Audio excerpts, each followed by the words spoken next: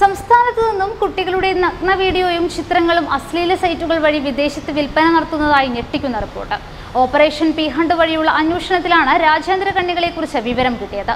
റാക്കറ്റിലെ 21 പേരെ കഴിഞ്ഞ ദിവസം പിടികൂടിയിരുന്നു. അതീവ രഹസ്യമായാണ് റാക്കറ്റിന്റെ പ്രവർത്തനം. ടെലഗ്രാം, വാട്സാപ്പ് എന്നിവയിൽ ഗ്രൂപ്പ് ഉണ്ടാക്കും. അതേസമയം തന്നെ വിവിധ അശ്ലീല സൈറ്റുകളിലും ഇവർ സജീവമാകും.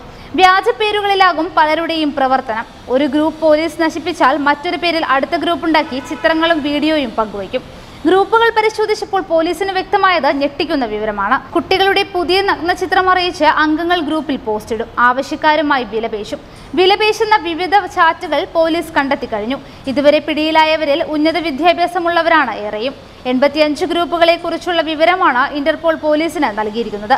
ഈ ഗ്രൂപ്പിലുള്ള മലയാളികളല്ലാത്തവരുടെ വിവരങ്ങൾ ഇന്റർപോളിനും മറ്റ് സംസ്ഥാനങ്ങളിലെ പോലീസിനും കൈമാറിയിട്ടുണ്ട്.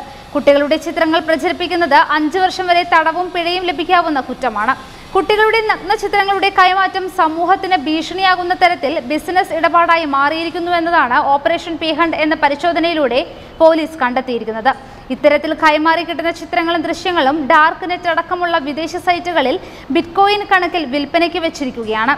കേരളത്തിൽ പ്രവർത്തിക്കുന്ന ഇത്തരം ഗ്രൂപ്പുകളിൽ ഇതര സംസ്ഥാനക്കാരുള്ളതിനാൽ അവരുടെ വിവരങ്ങൾ മറ്റ് സംസ്ഥാനങ്ങളിലെ പോലീസിനും ഇന്റർപോളിനും കൈമാറി. മലയാളി കുട്ടികളുടെ അശ്ലീല ചിത്രങ്ങൾക്ക് വിദേശ രാജ്യങ്ങളിൽ ആവശ്യക്കാർ നിരവധിയാണ്. അതീവ രഹസ്യമായാണ് സംഘത്തിന്റെ പ്രവർത്തനം.